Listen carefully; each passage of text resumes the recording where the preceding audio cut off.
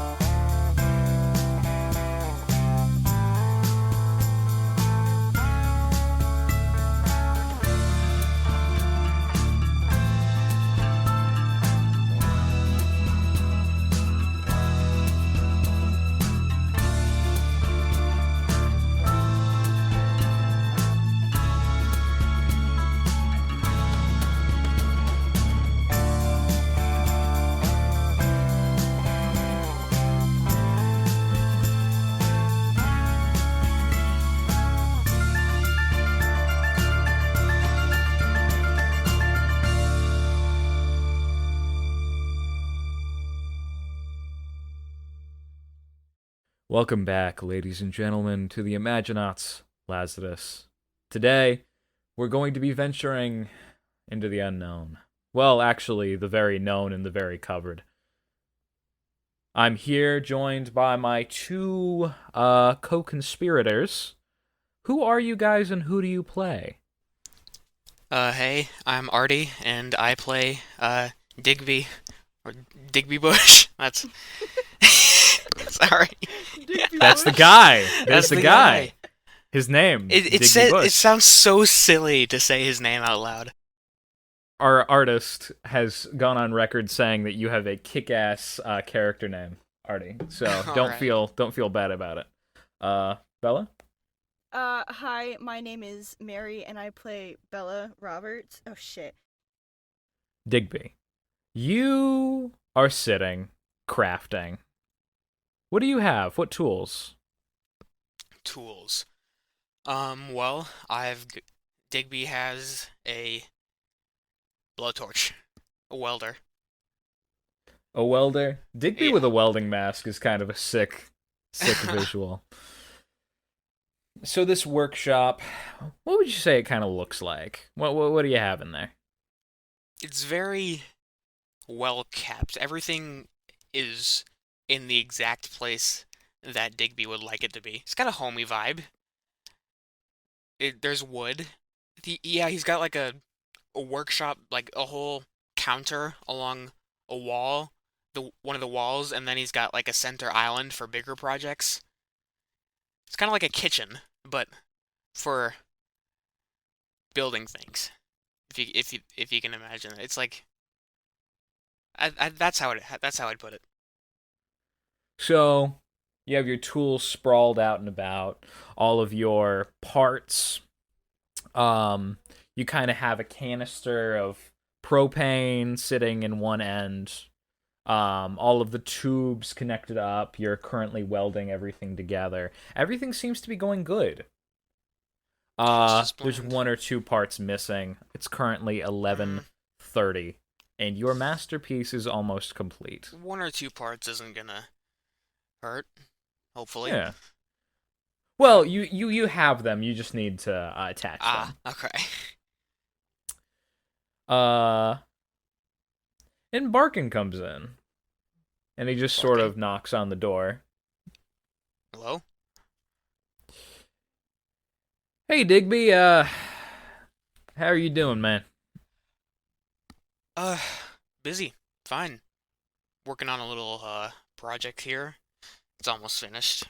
I think it's gonna help a lot with what we need to do. I've uh Yeah. I've spent a long time gathering what I need for this. And honestly, I'm not sure if I've put this together well, but I have faith. You know? Digby, I need to ask you something. Ask away. We don't really know anything about that Mary girl, do we? Well, of course we do. We know plenty of things. Her dad's a cop. Yeah. Um, some great info right there. Yeah, yeah. They're in school. Yeah. Um, and they're But annoying sometimes. well, yeah, yeah. Very annoying, but I think we know plenty. Or is there a reason you want to know more? what powers? I just. Why wouldn't we want to know more about somebody who can make people bleed out of their eyeballs, or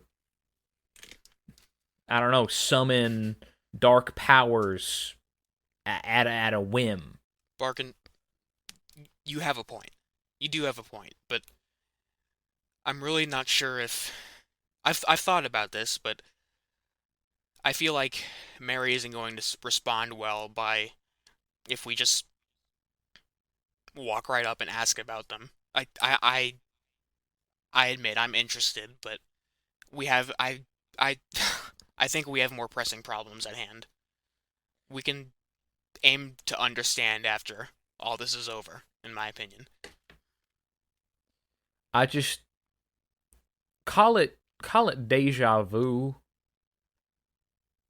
Okay? but I get a real bad vibe off of all of this. But I Well, don't know. if I if don't know. if you insist, I I wouldn't mind. I don't know, what do you call it? An intervention? No, not an intervention. I just want Just you to keep an extra eye on her. an I'm not oh, gonna be boots on the ground on this one. I'm a broken old man. I can barely walk as is. I can I'm hobble, sorry to hear that. but I can't run.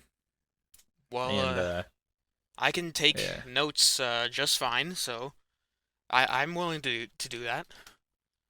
Well, of course you can take notes. I just if something happens, I need you to promise me that you're gonna be willing to stop it. I hopefully it won't come to that. I think Mary's got plenty of control. But if it does, yes, I promise. Good. All right. Sorry, I just it's been bugging me all day. I had It's a no problem. weird I'm glad I had a to. weird dream last night, and Really? So did I. yeah. It's kind of the reason I'm putting this whole thing together, actually. Uh, I dreamt about what we're planning to do. Yeah, you know what? Weird enough, me too. Hmm. Yeah, just that thing. It can't get away because if it gets away, if something fails, if this doesn't go through, then we're We won't let that happen.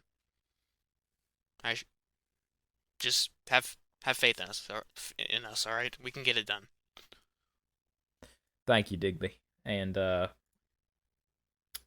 just before we do the planning phase, I want you to know that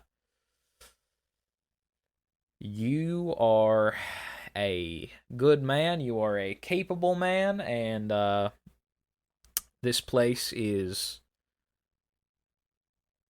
more yours than it is mine at this point. So Thank you. yeah, make sure you use it to the best of your ability. I will. Of course. And he kind of walks out, closes the door. As you get back to welding the final parts in. Mary, so you are back at the library. Uh, you like jolt with a start. You just saw everything that we talked about at the end of last session. Mm-hmm. And you can feel your phone vibrating. You set a reminder. It's 12 o'clock. It's time to meet. Oh, shit. Fuck, shit, fuck, shit. Okay. Alright. She grabs the book of... The librarian didn't take the book of death at the end, right? No. You had it. You've got Yeah, it. I grab it, and I start heading for the door. You make it out just fine. Are you heading right back to the bunker? Yes. Okay. On your way there, you actually hear sirens. Police sirens coming from behind you. This is good happy Mary. So she's just walking and she goes, in her head she goes, "Gee, I hope everyone's okay." She says a little prayer for all the people that might be involved in whatever's happening. It just keeps going. Oh boy. The car sort of pulls up beside you, slows down, and eventually stops. And you see a woman walk out. She's wearing sunglasses and shoulder length blonde hair. This is Alexia Matthews, your father's partner. Oh, hey, Miss Matthews, how are you? Mary, what are you? Nobody has seen you in days. What? No. What? You're just walking around? Yes. I mean, I went to school yesterday. Is this because I got detention? Because really, it's not that bad. Mary, your father is worried sick about you. Why?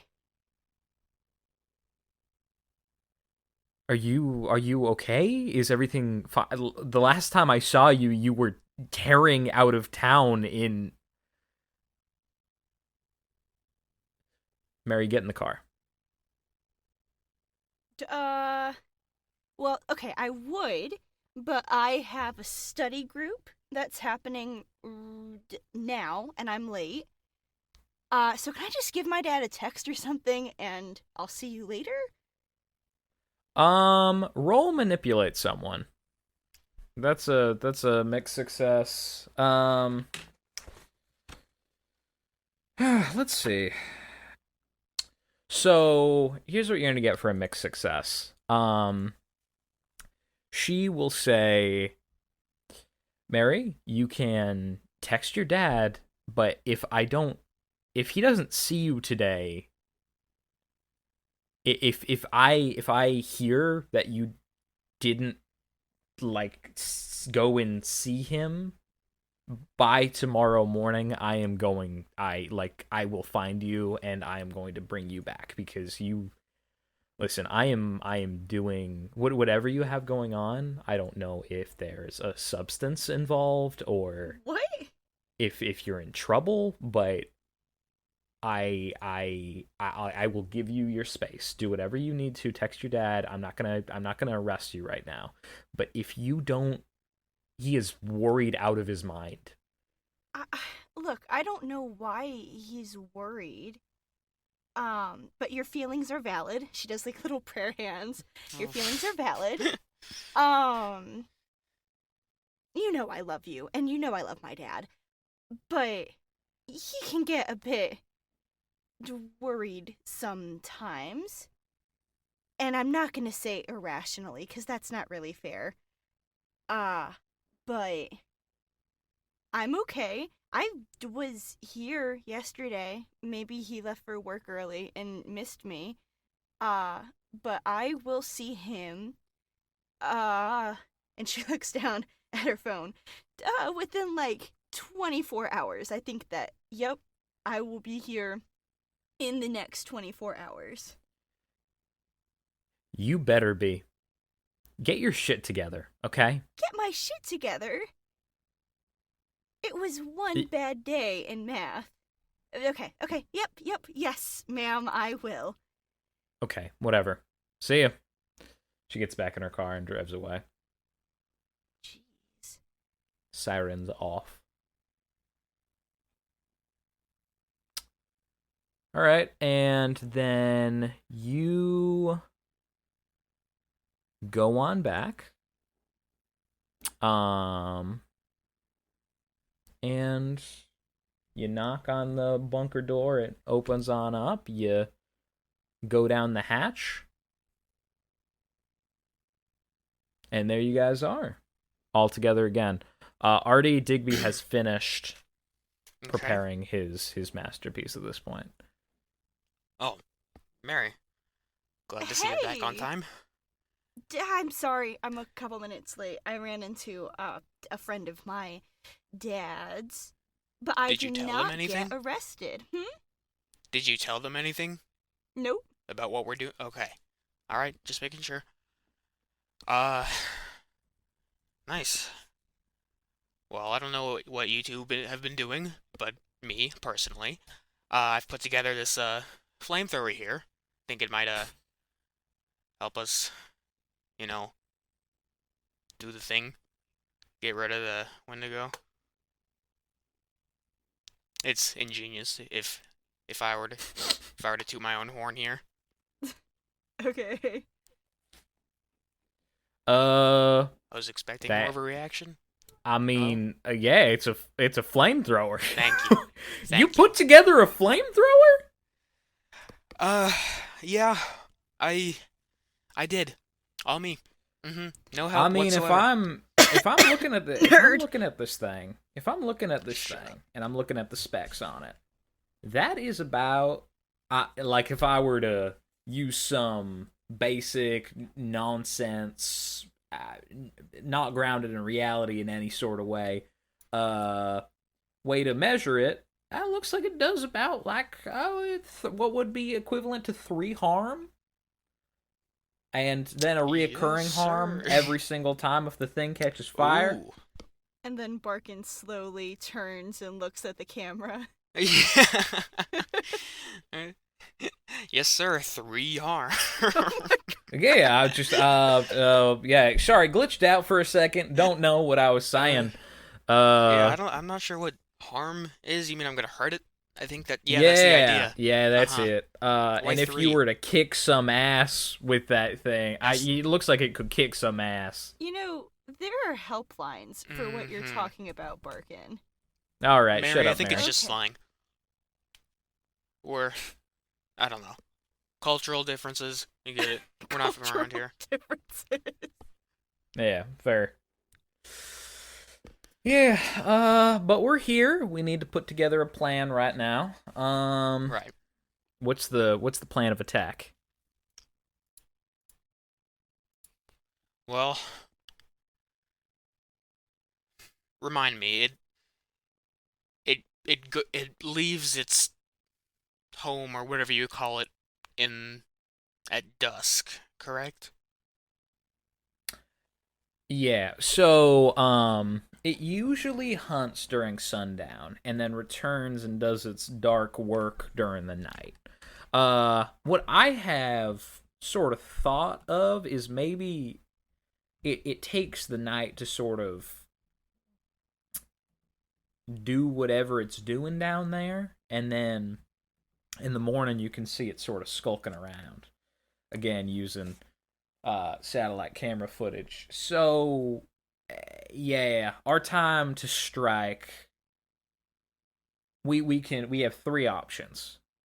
We can either get it while it's out hunting before it does its thing. We could try and trap it afterwards on the way to bring it back.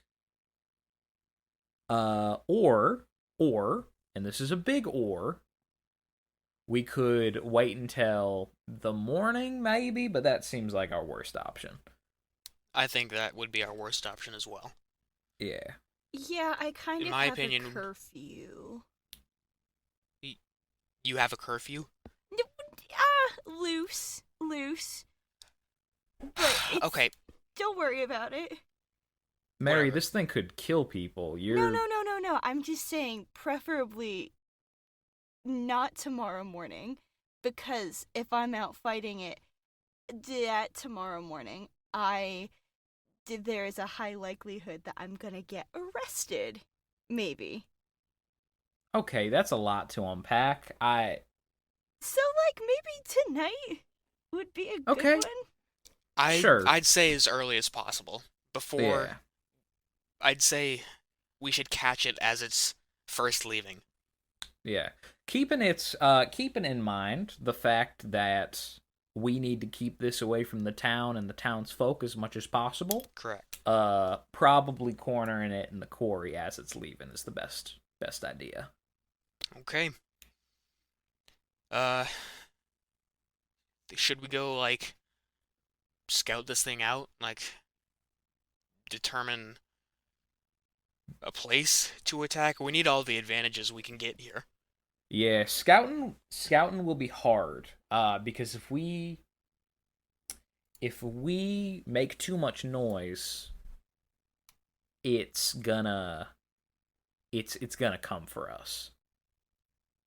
Well, If we alert it to the fact that we're there, then we don't make noise. Okay, all right. If we can, We're not gonna head straight into its territory. We can just look around the outskirts, see if we can spot any locations in the quarry that we can get the jump on it, you know? yeah. If you head through the woods, head through the Nirvana woods, you can come up on a little clearing. Okay. Where you should be able to look down with like a pair of binoculars. Once we find our spot up there, you think we should just camp out until it's time to go get him? Or I mean, logistically, we could find some way to go down and set a trap. And if you could maybe go down there, scout it out, look for a good way, formulate an exact plan, go down, set up the trap, we should be able to get all that done before sundown. We could maybe hook the flamethrower up to some sort of wiring system, maybe drop a big rock on its head, do something. How much propane does that thing have anyway? a lot, is what I'd say. Well, actually, so it's- much propane. it's a good amount, but it's obviously not going to last forever. Yeah, and it also doesn't look the most portable. So if we could find some way to strap it up to a mechanism, maybe, and this is what I was thinking, if, and the way that the cave is sort of situated is there's a big ledge over top of it, and then sort of like you can't, if you were coming out of the cave, if you're coming out of the mining tunnels, you would not be able to see what was directly to the left or right of the mouth of the cave. So if we hook the flamethrower up to one of those sides and then dropped like a bucket of oil or maybe like gasoline on top of it, we could even bolster the effect further. Interesting. Maybe Yeah. is there like, well, if one of us could be positioned above the cave where it may leave, we can drop the oil and have the flamethrower on those blind spots you were mentioning. Yeah. I mean that works. Uh Still, I'd like to go to the location and see the location for myself. I want to visualize the plan. all right. Well, if you guys want to head out there, I will start. There's an old car depot. Um I heard that they were decommissioning some, so I'm gonna see if they have any extra gasoline in the tanks, siphon that out, see if we can't store that up. I'll tell you how much I get time you guys get back. Good luck with your scouting. Thank you. Sounds like a plan. Thanks, Sparkin. All right, and then you guys break. Okay.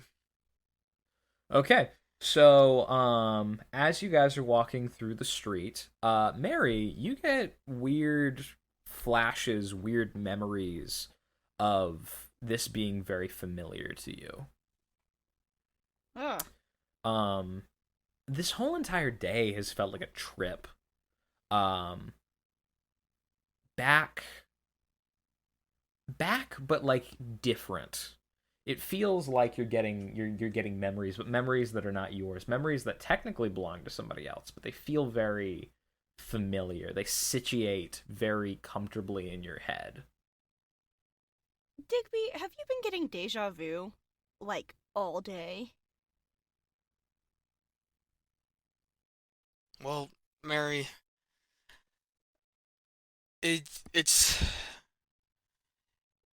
like deja vu. Well, Mary, we've kind of like had this experience before. I don't you remember the Uh, quarry, the whole fight with the one we've done this before. I mean, Do you not I believe you. I don't okay. fully remember any of it. It's a start. Listen, What I'm thinking, do we have to set it on fire? it's I had a dream about what we were doing, what we were going to be doing today, and it seems like the best option. I feel like it was important somehow. The Wendigo isn't an it, or I mean, I guess it is a monster, but What's your point? she was someone else before. I had this weird Okay. vision in the library. Don't worry about it. Uh, she went into the quarry looking for her dad, and an accident happened. And he was dead, and everyone else died, and she got turned into this monster. And yeah, she's killing people, and killing people is bad, like, pro tip, but she's trying to put her dad back together. I don't know. I feel bad about just, like... Mary, I understand that you feel bad, but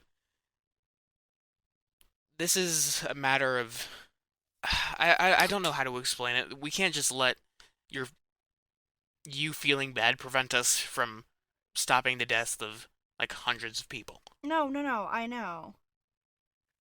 Mary, when he says that, you like something resonates in your mind. Like that clicked something. It clicked a memory. And you can feel the sensation of it, of you starting to remember. But it's one of those things that your mind is trying to reject. So it feels painful. like a flash of something. What's the memory? Yeah. Okay. You start to panic. Start to hyperventilate. You alright? Yeah. Yes, I'm okay. Duh. Just look, we're not going to be Digby, I'm doing fucking anything fine. intense Okay? right now. I'm Yeah, fucking fine. breathe. All right. We're taking a walk. Just breathe. In the woods. Yeah, in the woods. Mary, as you look around, these woods seem familiar. You feel a hand on your shoulder. Ah, shit. A long, bony, sharp hand. You look around, there's nothing there. Mary, you're looking a little jumpy. You Shut up, Digby. how about are you still up for this scouting thing? Yes, I'm fine. I'm fine. It's fine. Mary, are you gonna be able to control yourself if we fight this thing? And she kind of takes a second to compose herself. And she goes, yes. It'll be fine. I have a whole dictionary for how to figure out how to do this right here. And she pulls out the Book of Death. See? It's Another book? Don't worry about it. Well, do worry about it. I don't know. Digby wouldn't recognize that, right, Quentin? You would recognize its counterpart, the Book of Life, the one that you found in the study. Yeah. So it looks very familiar. This book, I never really described it, but its cover, it's adorned with bones on the skull that has this bleeding knife in its mouth. And the lettering is sort of this like black, scratched, runic writing. The book that you found was very light. It had a white cover with these grayish angel wings that sprouted from the text that you read. All right, Mary. I trust you. That book looks important. Mm-hmm.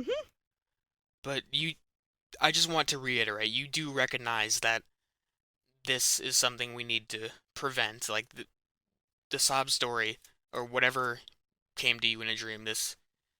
It's nothing we can do much about. Yep. I totally get it.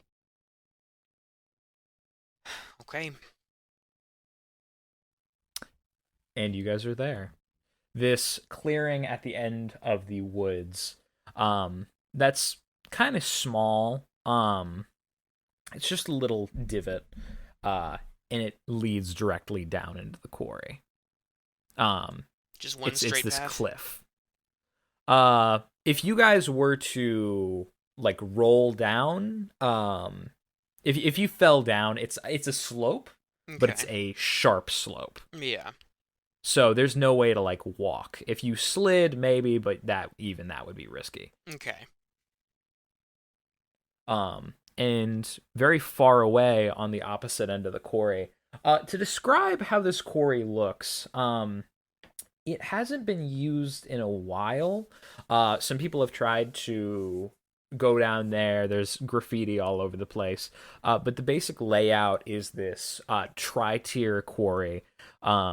Each layer looks like it was mined out one by one, very blocky in its structure. And there is this wooden like stairway that leads down, kind of like you'd find on like a hike. Okay.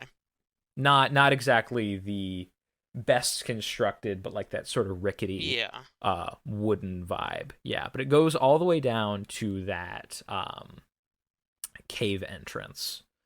You can see the boulders blasted apart, and sort of like the dried blood staining the bottom. The stairway is on the opposite side, leading in from the desert. You guys are on sort of like, maybe there's some stuff underneath you, but you wouldn't be able to tell since you are sitting on a cliff edge. Okay. Yeah. Can we see the cave anywhere? Yeah, it's directly across. Okay. Um. Okay. Huh. I guess, like, there's nothing, like, we could just walk around that area then. Just check it out, see where, like, a good angle to drop something from could be, or, like, which side of the cave we want to position the flamethrower on. Like, is there any, like, closer look we can take? Yeah, I mean, if you want to go, it's a bit of a walk because you'd have to walk around, or you could drop down. Oh, right, because we're on the other side. Yeah. Yeah. That might be a little dangerous, because, like, yeah, we want to be quiet, because I don't know. Bella, would Mary have an opinion? Well, I have an idea of how to distract it, like once it leaves the cave to go do its thing, how to get it headed back towards the cave entrance so you guys could do something. Possibly. I could break something that is precious or important to it. Do I have to have a certain proximity to the thing, Quentin?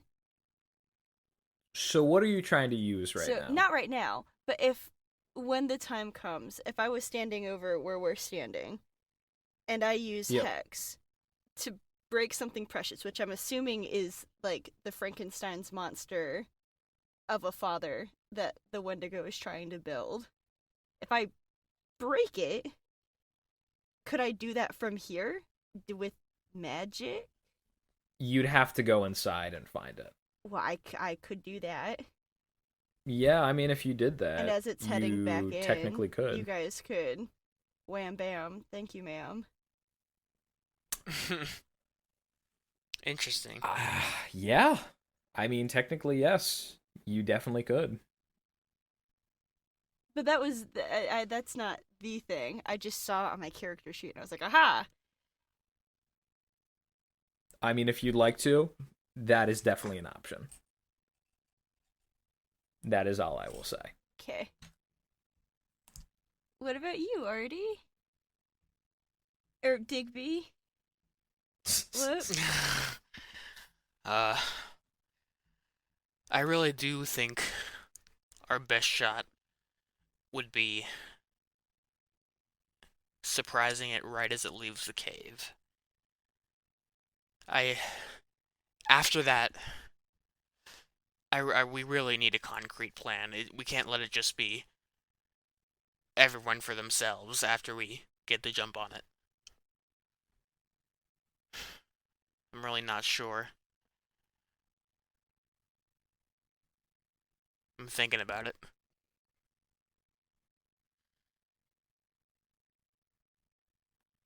Alright, thinking done. Yeah, I still don't know. I mean, if you torch it while it's surprised, I could run back to the entrance and try and do something. Like magic what? It. I don't know. Magic it. Okay. Genius. Genius plan. Yes. And I have a gun. Mary has a gun. Oh, right. Oh, don't remind me. No, okay. It's right here. And she pulls it out of her back pocket. Do not point that at me, Mary. Act under pressure, the safety's off. I used your fancy... Oh, damn it! How? How did I get 2 7s in a row? That's not fair. Okay. Digby duck. Run away.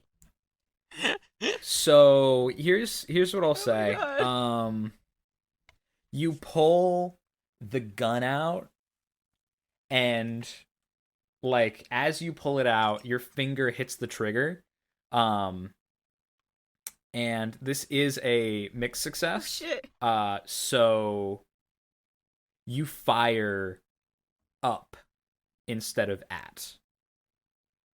And you can see a couple like crows fly off of the trees. Oh, I love Mary, crows. what do you do? You could have killed me. I wouldn't have killed you. Mary, Yes. slowly put the gun away. Okay. She puts it in her pocket. I don't feel comfortable here anymore. That was way too loud. I don't want to get any closer, and I don't think we can. Yeah, Artie, would you still be looking at the quarry? Digby would be more concerned with anything that might be looking at us, seeing as how loud that was. Mary, I think we need to go back. Okay. But I think we have a plan. If Barkin asks, we A should semblance say, of one. If Barkin It's- asks, we should say that we have a concrete plan. Sure. Let's just go. Okay. God, who peed in your Cheerios? What? What? Anyway. Okay. All right, and you guys leave. Yeah. Okay, and you abscond away, and let's just say for flavor, one of you guys look over your shoulders as you're leaving, running away. I'll do it. You can see, yeah, Mary, you look over your shoulder as you run away. You can see a hand sort of climb up the cliffside, Oh, shit, fuck. but then slowly descend back as it realizes there's no one there. It was a good idea to get out of there, is what I'm trying to say. Yeah, where do you guys want to go next? I think Barkin mentioned the oil plan, so I think Digby wants to look for something that we can use to drop oil on the Wendigo, like a big bucket or something. Maybe that's at the bunker or somewhere else we can find. A big bucket. If there was only some place that had like goods and or general things that you could find like things, and I wonder where you'd go for All right, okay. maybe like the bank. We could go back to the library again. Barely read the math. Hold on. I'm sorry, I went more for an artistic flair. If you open it up in a new tab and then new tab. Yeah. Okay. It's definitely more like readable. Oh, I You see. can zoom in on it. Okay. It's not berries. St. Mary's Golden Goods? It's a grocery store, I'm assuming. But he said it had goods. It's a general goods store. Oh, okay. It's pretty much the one-stop shop. There's not another like. This is like if Target was the only store in a small town. Okay. Yeah. Mary, I'm going to the Golden Goods store. I need to grab a bucket for our plan. Yeah, that's totally cool. You said that you might be arrested, right? If you have a there's curfew. like a slight warrant out for my arrest, but that's not really a big deal. It's probably Maybe my you dad's shouldn't just... go back into town then. Yeah, I should probably say hi, I guess. Say hi to My dad, seeing as that... he's the one who probably threatened the arrest in the first Mary, place. What? If you go say hi to your dad, are you going to be back? Yeah. For us to execute the plan? Yes. I love my dad. My dad loves me. He trusts me. Clearly you don't know me. I have a great relationship with my father. Mary, I really do not think it is a good idea for you to go back into town. You just said I should. What? Mary, I will be. Hey, do you need your ears cleaned? Like, trust me. you have a you said you have a warrant? It's casual. It's my dad. He's a really funny guy. Have you met him yet? Yes, I have. Okay. And cool. if I know anything about parenting, he's not going to let you go back. Well, you clearly don't know my dad. I'm going to stop in, let him know I'm okay, and then leave. Mary, this is not a good idea. I think I'm hearing you say it's a good idea. Well, you're hearing wrong. I think I'm hearing, let's go do it. It'll be so much fun. If you don't hear back from me, in let's say 45 minutes, then you'll know something's up. And what do I do? If that is the case. Then I'm probably on house arrest, and I can just leave. And she just gives him her home address. Just like throw rocks at my window or something. It's fine. Fine, I see I'm getting nowhere with this. All right? I'll be there to throw your rocks at your window or whatever. It'll be fine. You won't have to, because this will be quick. Go get your bucket or whatever.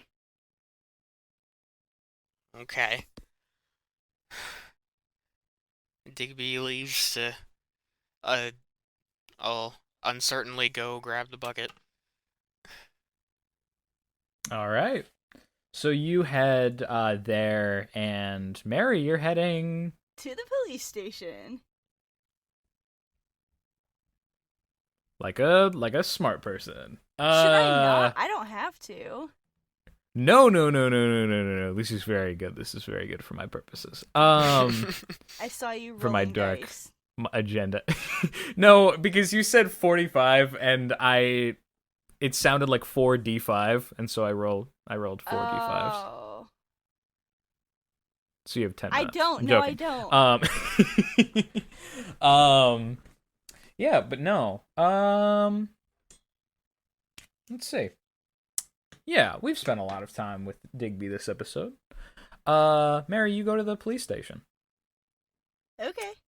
You are outside of the police station. What do you do? Oh, she just walks in, says hi to the receptionist, and goes to her dad's cubicle. Okay. So when you walk in and say hi to the receptionist, there's a man sitting at reception who sort of looks at you and then looks back at like a poster on the wall with your face on it, and then looks back at you, and like a little bit of donut falls out of his mouth. Well, that's the furthest this joke has ever gone. And she just keeps going. And as you walk through, everyone is staring at you. Jesus, it's like someone died in here. And your father is sitting at his desk. You can see empty bottles sitting around. He has a corkboard behind him with a list of suspects. And he's looking up a bunch of, like, he has a bunch of contacts listed on a sheet of paper, and he seems to be mid-call. And he makes eye contact with you. You can see his bloodshot eyes. Hey, Dad, is everything okay? Mary? Yeah? Where in the hell have you been? Would you believe me if I said at a study group? It has been days.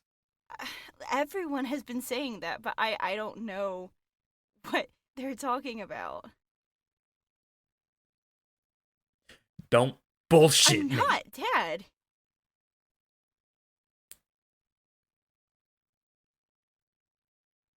Why are you being like that? Like what? What? You are never you. Usually by this point you'd have told me to fuck off by now. What is going on? Why are you acting like this? I am not the one being weird. Everyone has been weird all day.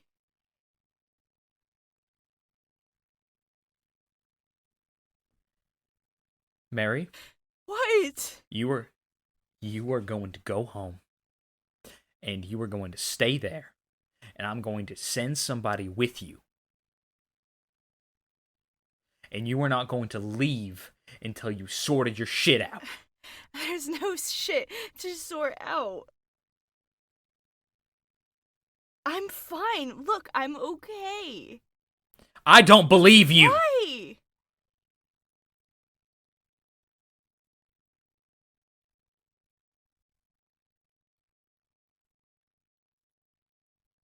I don't owe that to you. You know, Dad. And he sort of presses a button on his phone, and like the intercom speaker buzzes on and he starts talking into it. You know Dakota's dead, right? Maybe instead Who? of worrying about me, you should be fucking opening your eyes. Who in the hell are you talking about? He came in here and visited you, I guess, days ago now.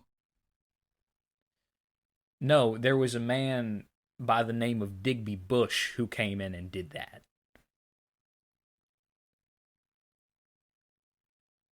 You really don't know who I'm talking about. No, Mary. Okay. No. I don't. You're going home and you're gonna... Oh! God damn it! If Mom was here, she wouldn't fucking let you talk to me like this. Don't you fucking talk about your mother! Why? Because if she was here, she'd be so disappointed in you, I'm not even gonna finish that thought. You. And you can see tears starting to fall from his eyes rapidly. As he just, like, all of the muscles in his body, like, relax. He has been so tense this whole entire time. And all of the muscles in his body relax as he just passes out. Dad.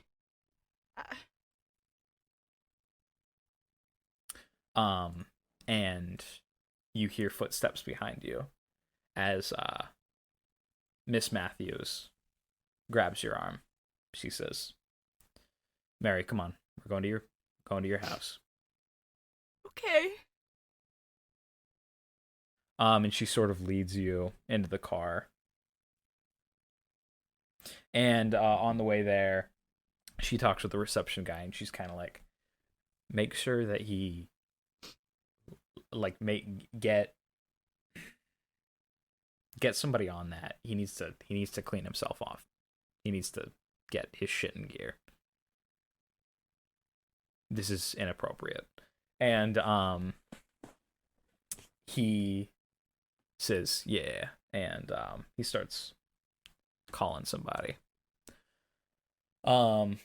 She kind of seats you in the back of the car, and drives you home. Hey, before we get to my neighborhood, we ran out of a couple things at the store. Can we stop at the store so I don't, like, starve until my dad gets home? Mary, I know for a fact that you don't know what you have in your house. Because you haven't been there for 6 Jesus, days. everyone has been saying that. Can we please just stop at the store? Do you No. really believe that my dad has been restocking the fridge? Manipulate someone. I'm sorry.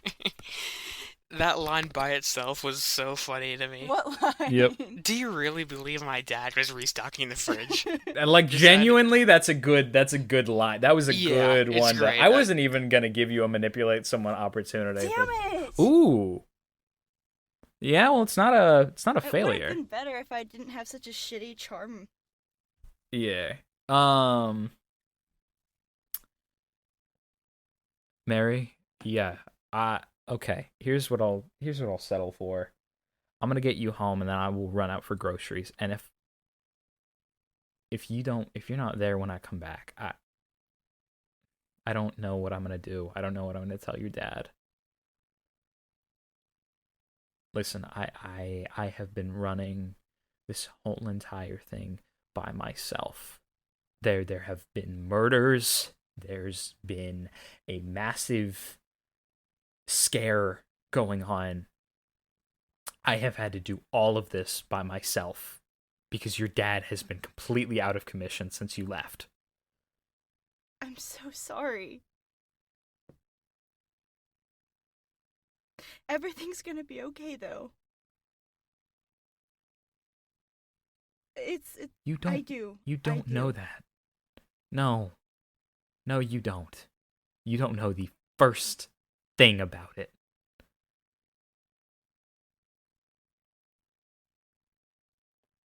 You've never cared about your Yes, dad.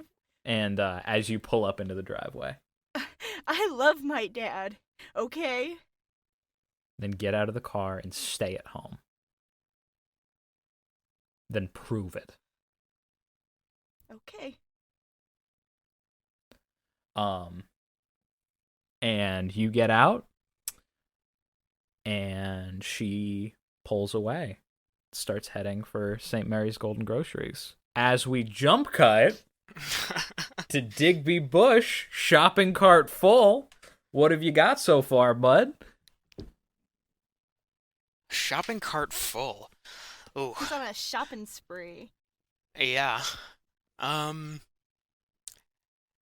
Digby has got a roll of duct tape. Roll a duct tape. He has got a, let's see. He's got a big plastic pail that's about able to hold several gallons of liquid. Takes up a good amount of the cart.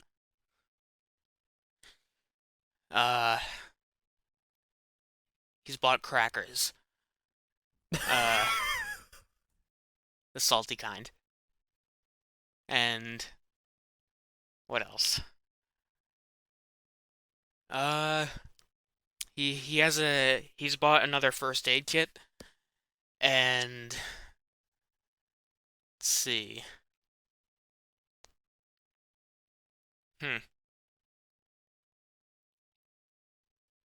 I'm thinking here.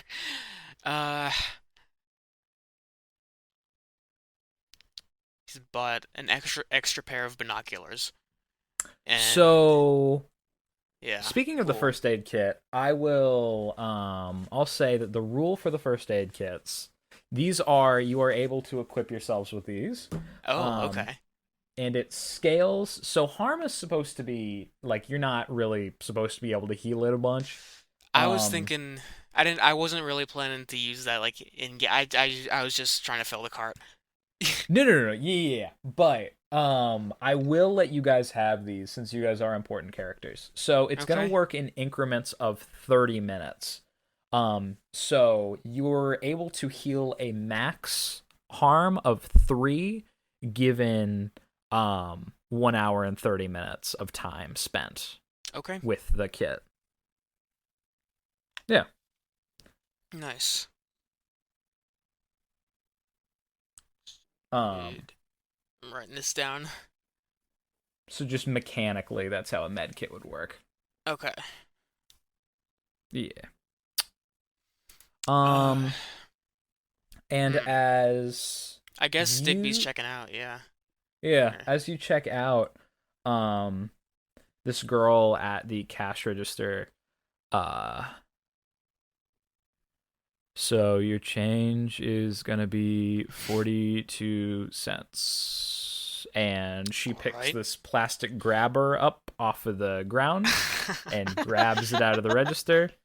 And she goes, I hope you have a great rest of your day, sir. Same to you, ma'am. Thank you. I'm too young to be called ma'am, sir. She blows Okay. a bubble. Sorry. Yeah, kind of a sensitive subject. Digby rolls his eyes and grabs his stuff. She rolls her eyes a little bit better than you.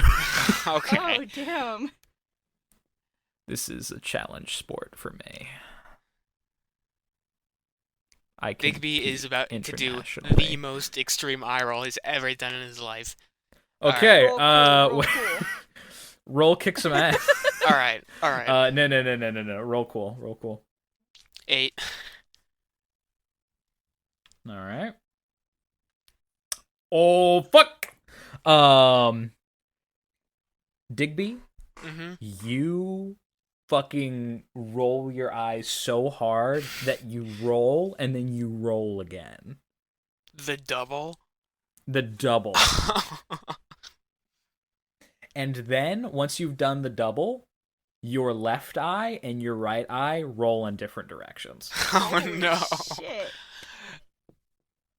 And then like she is so surprised by this extreme display of eye rolling potential that she sort of stumbles back.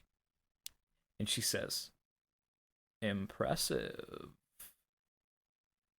You can see like a bead of sweat form on her forehead as she goes to roll her eyes, but her left eye blinks, and she goes. She very loudly, like she's been speaking in a very monotone, like quiet voice this whole entire time, Yeah. and she blinks and she goes, "Damn it!" Oh. Sorry about. That's. Sorry. You must about be that. pretty passionate about eye rolling. Eye rolling. Eye rolling. And you can see a tear start to form in her left eye. I've been defeated. 20% off shop credit. And she hands you a card. Oh. Nice. You can use this. You are a loyalty member now. Gold card. You have the gold platinum card. I don't know which one it is. And then she starts walking into the back. I'm done. Digby Goodbye. feels like he's just unintentionally changed the course of someone's life. This is a villain backstory. No, dude, she's my future girlfriend. What are you talking about? What? I'm not here. Ba-da-da-da-da-da. Alexia Matthews walks in as you are walking out, Digby. And she goes, "You're Digby Bush, right?" Yes. Do I know you? You came by the station a couple of days ago. Checked out one of the cadavers. From the incident. Yes, I did. Yeah. I've been appointed lead of that case. Have you figured anything out? Well. Don't do it, Digby. Don't do it. It's an ongoing process. To be honest with you, this is unlike anything I've ever seen. It's disturbing. I'm having a hard time with it, but progress will be made. I can tell you that. Okay, and I mean, just do it quick. I just You can And count she on me. sort of like aims her eyes down at you and like looks at your features a little bit more. And she Okay. was like, "Did you at any point in the last, I don't know, 6 days maybe ride in a like a Firebird, like a car, like a red Pontiac Firebird, Can't say I have. I drive a 6th pickup. generation?" What is generation? Is that like the line? Look, Okay. I don't know much about automobiles. She sort of narrows her eyes at you. I feel like I saw you in a car with we recently found a we don't know if it's a kidnapping victim or if she ran away. But the last time I saw her, she was absconding in a stolen car with 2 old men, one that looks suspiciously like you. You see, uh, uh, Really helping your case. I knew it. But He was a pedophile the whole time. He is not. I can tell you for certain that was not me. I look, I want to keep up with my good relationship with your department. I would never do anything as terrible as what you're suggesting. Manipulate somebody. You are telling a lie. This is my worst modifier, so let's see. Do you have a -2? I have a -1. Oh, you have a 11. Oh my -1. god. Holy shit. Oh, wow. So you technically crit on that, so I'm going to give you like everything. Hey guys, it's post-production editing Quinton here. Apparently fucking Artie manipulated this NPC so hard her accent changed. I didn't notice that I did this in the middle of this. I don't know why I gave her a southern accent suddenly.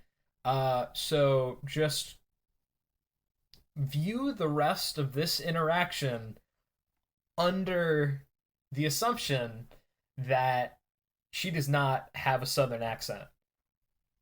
I I don't know why Artie rolling a dice good completely short-circuited my brain and made me play a different character for a little bit. But this is technically the same character, just I made a mistake. All right, back to the episode. Oh wow. Okay. She goes, "All right, I'm sorry. That was rude of me. It was. Oh, okay. But listen, I understand tensions are high. Yeah, I haven't really gotten a lot of sleep. If it helps at all, one or two of my guys have kind of been reading up on your stuff, checking it out of the library. My stuff. My books. Your books, yeah. And I just really wanna let you know that your fantasy stories have been keeping everybody real grounded. We've all been kind of doing a little book club. Well, I'm glad to hear that. I'm glad I can lift everyone's mood with that. Yeah, we've been going around telling jokes. You've been taking the stuff so seriously. It just like it really is great. It's a great light read. Light read, yeah. Like, I don't know, some of the stuff in there is so ridiculous. I can't help but get a hearty chuckle out of it. Oh boy, yeah. I can't help but want to entertain. You know. My favorite part are like and she puts her hands up and does quotes marks. Notes from the author where you're like, this is my life's work, and I hope that yeah. everybody sees this and understands that there's something more beyond, and it's like, oh my god. You see, like, satire, one of the greatest forms of comedy. But yeah, I agree. One of my best works. On that, we can agree. Digby is like trying to hold back himself, like Digby's shaking with rage. Yeah. Yeah. So thank you so much. Thank you so much for that. Thank you for. I'm just gonna get out of your hair. You do that. So sorry. Yeah. Yeah. All right. Have a good day. Digby's, and like, she staring walks a into hole the store. into the back of their head when they're walking. When they walk back into the store. That was not an easy sacrifice to make. His dignity. Okay. And I'm not gonna play it out quite yet, but I'm going to ask you guys, do you meet back at the bunker? Yes. Okay. I did leave a note for my dad at the house, but I'm gonna leave that in the episode, dramatic ambiguity, as he finds it later. Yeah. But no, I'm sprinting through the woods, trying to get back to the cabin. Or the bunker, my bad. Well, I mean, it's a bunker under a cabin. Yeah. So you guys both meet back up underneath. You guys have given Barkin plenty of time. He has the full 5 gallons of gasoline. It fits the pail perfectly. Nice. And yeah, you guys are kind of good at this point. It is 6-ish, and it's getting to that point in the year where the sun is starting to set. A little early. A little bit. It's September. Yes, it is September. Early September. That's a fun season. Or month. Yes, my favorite season. Yes, September. The 12 seasons. Yes, my favorite season, the 31st. There's winter, spring, summer, pumpkin spice, September, Thanksgiving, Christmas, then winter again. Yep.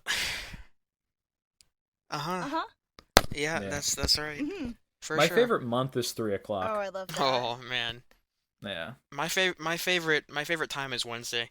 I love that we're keeping it light here. This is I appreciate this energy. My favorite year was fall. Oh, I think it was 98, was it? Yeah. Degree? Yeah, exactly. Yeah, that sounds about fall. Yeah. So we have thoroughly lost the plot here. Yeah. 5 gallons of gasoline. We're heading back Woo! we're already at Barkin's. Yeah. Let's do this thing. I didn't want to go out on the field, but I guess somebody's got to be up there to chuck this down on the thing. Are you up for it? Yeah, I guess. I just gotta. We can give you a signal, or Oh, you'll be what's able it to called tell when it's time. Yeah. Okay. Just words of general advice. I don't know. This thing is big. It is really fast. Got that right. And if we fuck this up, we're gonna fuck it up bad. And Yeah. as he says that, he kind of like side eyes Mary a little bit. Why are you on my ass, Barkin? Everyone is on my ass today, and I really, really have Mary. this much patience, and her fingers are touching. This much. Mary. Some people have reasons to hound you. You almost shot me today. No, I didn't. I didn't shoot You anyone. didn't, but it was an almost. It was an almost. It was not an all right? almost. An almost would be me grazing the part of your body. I went in the air. And it was on purpose. Okay. Barkin gave me the gun. Purpose, yep. Which was a mistake, by the way. That's not my fault. Alright, whatever. We shouldn't argue when we need to focus. Agreed. I'm sorry. All right. Well, now that you guys have finished squabbling, let's get to it. I guess we could just. Is it gonna be like an ordeal, like dragging the flamethrower over there? So yes. The thing is, I've kind of imagined this flamethrower to be like pretty hefty. Yeah. Like this is a big thing. You got to set it up somewhere. Probably some like firing mechanism. If you like, it's an option if you wanted to wear it on your back, but it would like severely hinder your maneuverability. No like, way. This thing is not meant to be portable. So that's one of the things. Of course, you guys have the gasoline, and also, I mean, anything else you want to bring? The gun. Well, of course you have the gun, Mary. It's just sitting Oh, there. and the book, just in case. And the book. Digby's bringing crackers. What? He's got snacks for the hike over there. Do you have trail mix? Oh, that's awesome. No, they're What saltines. the fuck? Alright, cool. You're that kind of person, I guess. Digby, not you, Artie. Yeah. To be fair. I like saltines. Okay. Yeah. And Barkin, before you guys leave, he goes, Sam, make sure to lock up for me if anything comes through. Make sure to only unlock the door if you hear the password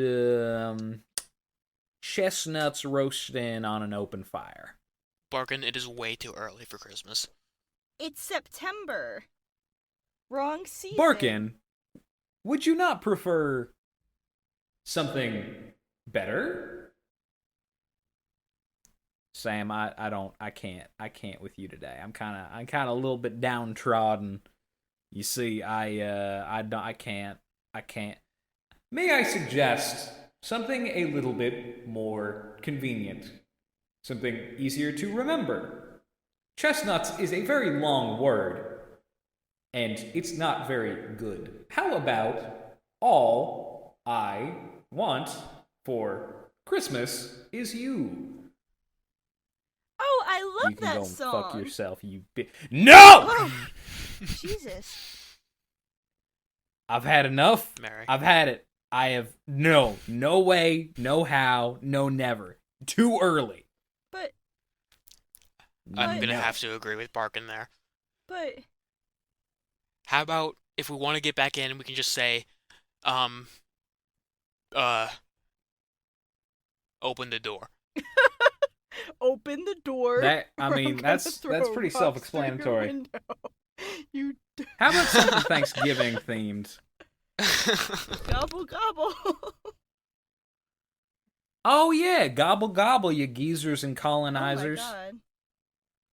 I am not How about saying that? Now let's do gobble gobble. I like that. I guess I. Oh. All right. Okay. and he goes, "All right, Sam, lock it in. Gobble gobble my nuts." Jesus. No. He starts to climb up. All right, Mr. Barkin, that is your cross to bear. All right, guys, let's go kill a wendigo. Hey guys, welcome back to the mid-roll. We took a little bit of a holiday break from uploading Lazitus. It's been about a month since our last episode dropped. Thank you for waiting. We're back in business. Hopefully we'll be able to record a lot more starting the week after I'm recording this mid-roll, and we'll just be able to get back in business. I have a bunch of individual people to thank. I would like to thank the cast, Artie and Bella, for being awesome, as always. I'd like to thank our new character and creature designer, Peluve, for creating such amazing pieces of art. I'd like to thank Riley Tanner for doing our opening monologues and intros. I'd like to thank all of the individual musical artists for, creating all of that amazing music. I'd like to give a second thank you to Bella for creating our map and logo. Lots of thank yous. And now we get into the business part of the mid-roll, where I try and sell you maybe what is the most amazing thing on the planet, the Imaginauts Patreon. All right. Now you might be thinking, the Imaginauts Patreon, why would I go and subscribe to that? I only love Lazitus, Shway Schwarbage, who are they? And, I mean, there's no other shows to speak of. And then I would say, you are correct about some of those things that you said. And I'm going to change your mind about a couple. The Imaginauts Patreon is broken up into 3 tiers. We have the Argonaut, Astronaut, and Imaginaut tiers. These basically give you access to different levels of content. The initial level, Argonaut, gives you access to all of our additional bonus content. It gives you a way to listen to all of the music individually that we post. I do it episode by episode, giving you digital downloads of each one of these tracks. I also put up the design concepts for the art. So all of the finished character and creature designs that you see, there is a bunch of beta versions, line art, just sort of flat colors and stuff that I post, along with a bunch of quotes from Peluve on their process of creating the art. So that's a very interesting bonus thing that we do. As well as that, up and coming, we have a secret project that we've been working on. Maybe a 3rd podcast that we will post only to Patreon subscribers. What it's about, I can't say because I'm not the one creating it. So that's a bunch of other things. Eventually, the highest tier patrons will be getting early access to merch when that comes about. High tier patrons get access to DM notes, behind the scenes stuff. All right, I would also like to recommend thoroughly that you go and check out It's Shway Schwarbage. Shway Schwarbage is a Batman review podcast done by myself, my friends Jack and Will, where we review different pieces of Bat media from a professional perspective, giving our very important opinions on such pieces. It's a very funny podcast, very witty. Even if you're not a fan of Batman, I'd always suggest that you go and check it out. But I'm so glad that you guys are supporting the stories that we are telling here on Lazitus specifically. If you're listening to this, you've already made it an hour into the podcast, and I would hope that you're willing to spend another hour on this amazing fight. This is the end of our arc, and we will be doing a little bit of cooldown in between, just sort of some stuff, world building, before we get into our next monster hunt. I think I've taken up enough of your guys' collective time, so I know you want to get back to the content. Thank you very much. So I bet you guys get all the parts up out of the thing using like a pulley system. You got it all in like a cart or something. Totally. So now your first trial. How do you get this flamethrower? How do you carry it down a flight of stairs? Didn't Carefully. you put, like, backpack? Why wouldn't you put, like, backpack straps on it so you could just, like, Ghostbusters it? Ghostbusters it? Yeah, you know how the Ghostbusters are with the whole thing on their back and the handle for the This thing has a and full like canister full of propane. So it again, heavy. If you were to make it maneuverable, it would severely hinder. It's like walking with We can just treat it like moving like you're trying to move a couch down some stairs. Like you just take it slow. Two people grab it and work your way down.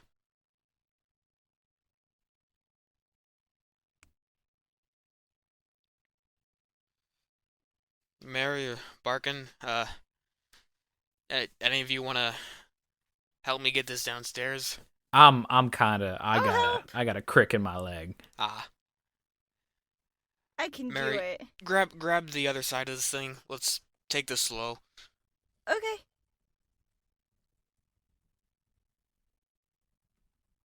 Alright. And you guys both get it down.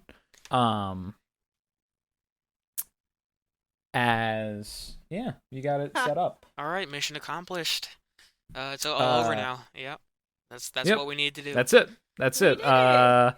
That's this week's episode. Thank you guys very much for coming out. Are we not gonna continue? No, yeah, we're gonna continue. Oh, I was okay. Jeez. I was that bidding. was such a lame way to end this episode. No, I'm now looking at images of comically large backpacks. Anyway, I need to stop. That's an addiction. That's a sick addiction I've developed. Really? No, but halfway down, Barkin gets off and he goes, "All right, I'm gonna get into position. We have T-minus 15 until this whole entire operation goes down. So I wish you guys the best of luck." Thanks, buddy. Same to you. All right. And he gets all set up with his pail, with his 5-gallon pail of gasoline. Mary kind of takes a couple steps off one way, just real quick, and goes, "Psst! Paul!" That's what she's naming the voice in her head today. He doesn't know that. Paul, hey, I know you know that I'm talking to you. Previously known as Frank. I'm choosing not to acknowledge you, Mary. Well, you've been a little quiet all day. I just want to make sure that when the Yes, time because comes, I want we're this to go good. smoothly. Right, okay, so we're on the same page. We're good?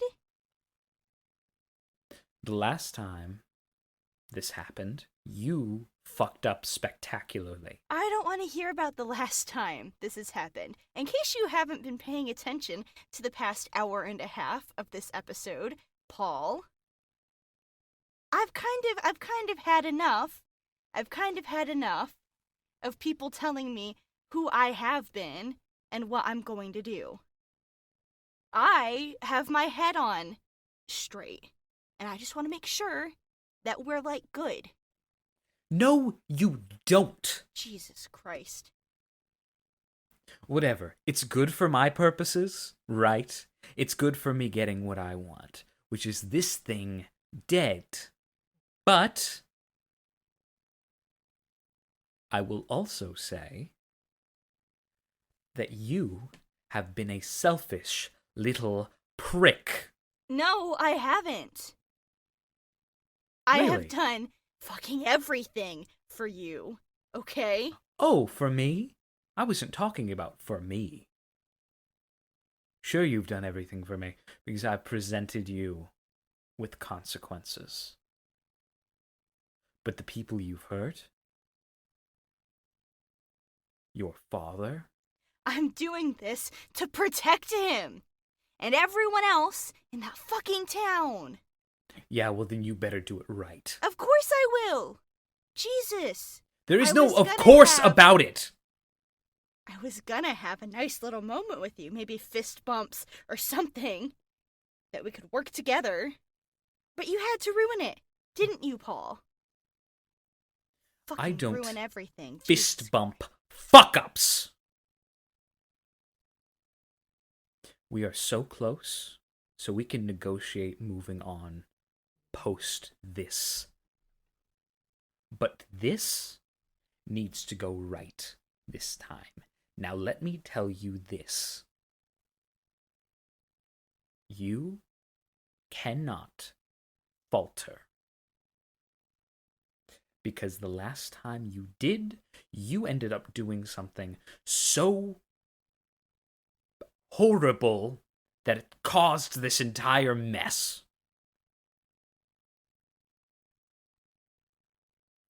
There is a spell in your book called Absolution.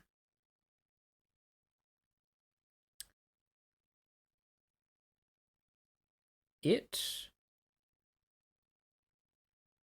requires you to erase somebody from existence. I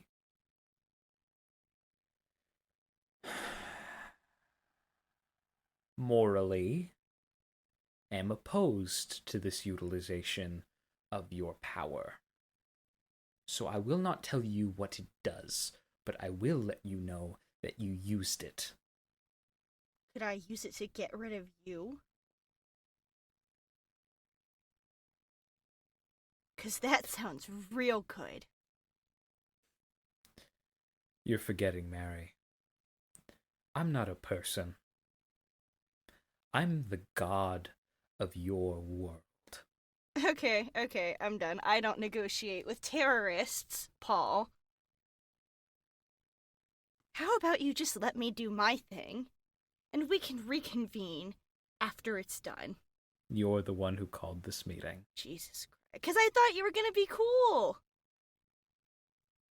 What? Why would you think that? I don't know, because maybe I was finally doing what you wanted. Kill this thing, and then we can talk.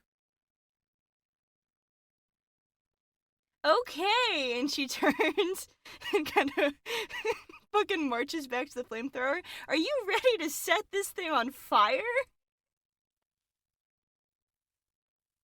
Digby? I'm sorry, can you say it again? You ready to set this thing on fire? Sure. Yeah, as ready as I'll ever be. So much fun. Mary, take this seriously. I don't want to hear the words "take this seriously" out of your mouth. I am doing just fine, and I'm gonna do it my way, and it's gonna be great. Just try to be cooperative. Of course. So, you guys all get into position. You Okay. set up the flamethrower. We're doing this, setting it up quietly as we can. Alright? Yeah. To expedite, I wouldn't say, like, anything. Well, actually, setting up the flamethrower, roll me an act under pressure. Okay. Yeah. Sounds good.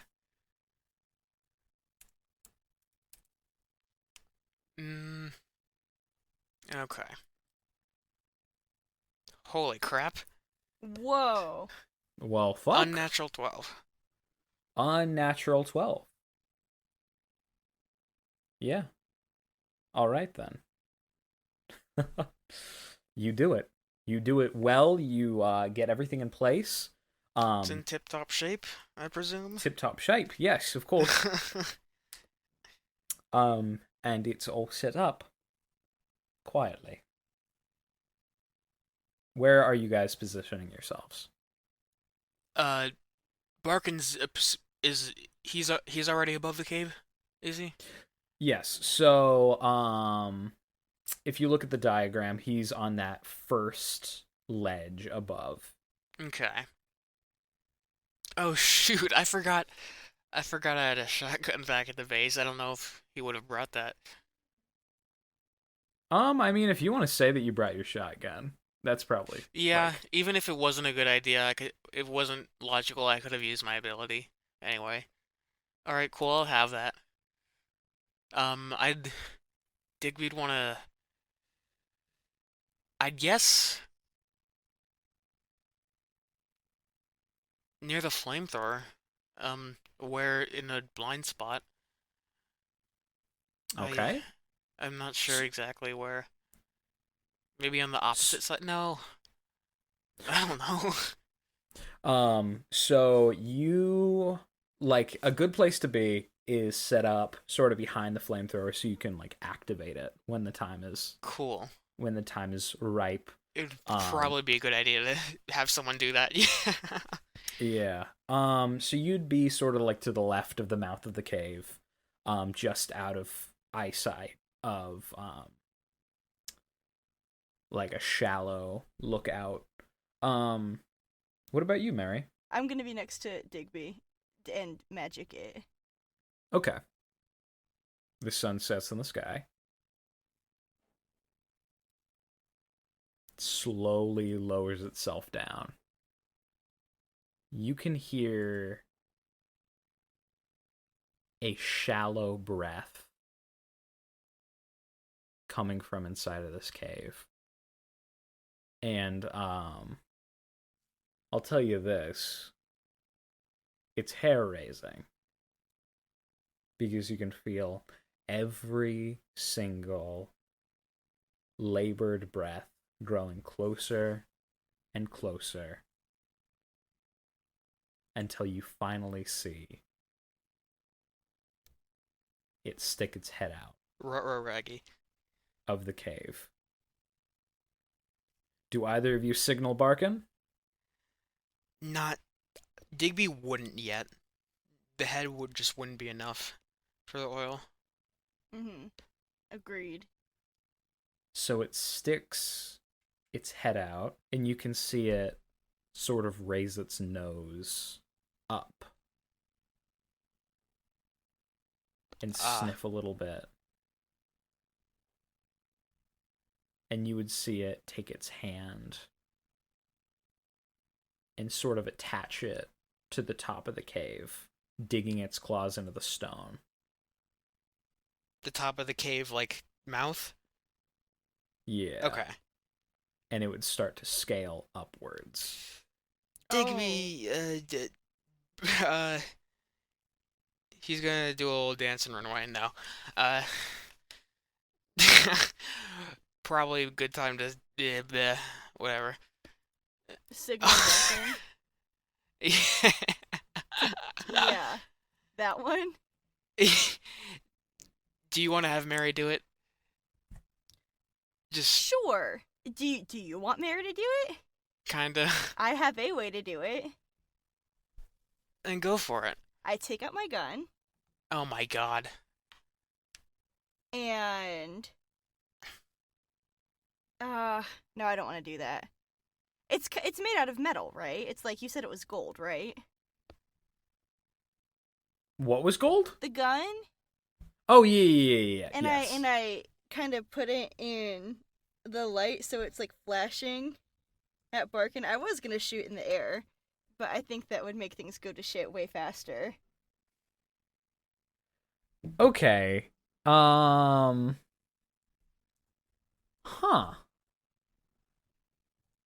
Let me see, like, logistically. Also, can he not see the wendigo going towards him? So he is sort of hiding up above on the ledge. He's not, like, looking down. He was sort of waiting for, like, some sort of signal. So he wouldn't even be able to see what you're trying to show him. Okay, fine. I shoot up in the air. He can hear it. Oh, definitely. And as you do that, it comes pouring down the gasoline. It covers the wendigo. As it sort of cries back, but it doesn't falter. And it keeps climbing. Digby's gonna try to reach it with the flamethrowers. Is it out of the range? So you would have to aim it upwards. Yeah. But you could try. You'd have to kick some ass with a Yeah. -1. It's not gonna reach if Digby waits any longer. I'm gonna roll now. Yeah, cool. Take a -1 to that kick some ass. Oh, what are these rolls? Damn. That is insane. What did you get? Oh, holy fucking shit! Of course. Okay. So, you instantly, as soon as this thing is doused in gasoline, you whip into action. You take the thing, you aim it upwards, it's in your sights. You press the button, it shoots out. The flame just erupts from the gun. And you can instantly see this thing catch fire. As it screams out in pain, you can see this goo that oozes out of these wounds and orifices on its skin start to sizzle and burn. Yippee. You have just hurt this thing deeply. As it falls backwards and hits the ground. Okay. What do you want to do now? Digby's pulling out his shotgun. All right, Take Mary? a shot at it. I want to stand in the mouth of the cave to try and have it not get past that. Okay. And I want to try to use Hex on it. Okay. Maybe- Artie, I'll say you can do your Yeah. thing first. Okay. Just kick some ass roll. Kick some ass.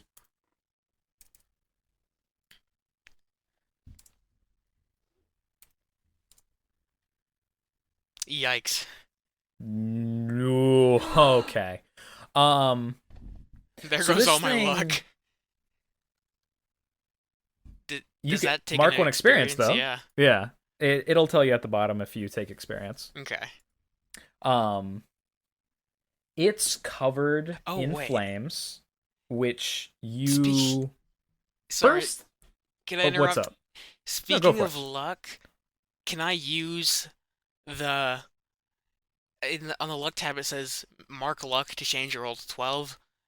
Oh. Does that carry over from last session? Yes. So Okay. your luck will never change. This goes for the entire campaign. You see. have that amount of luck. Would you like to do that? I think I would. Okay. Holy shit. I'm gonna check off a third luck box and change that Mark roll. your luck. I'm almost halfway to doomed. Artie. in that checklist. All right. But I feel like this is important. So on a 10 plus, you can choose one extra effect. What is the harm on your shotgun? It is 3. Okay. Well, I mean, assuming that that Digby's close enough. You I are guess. in range. So you can either gain the advantage and take +1 forward, or give +1 forward to another hunter. You can inflict terrible harm, and that's +1 harm. You can suffer less harm, or you can force them where you want them. What is forward again? So you can basically just take like a +1 on your next kick some ass roll. Okay.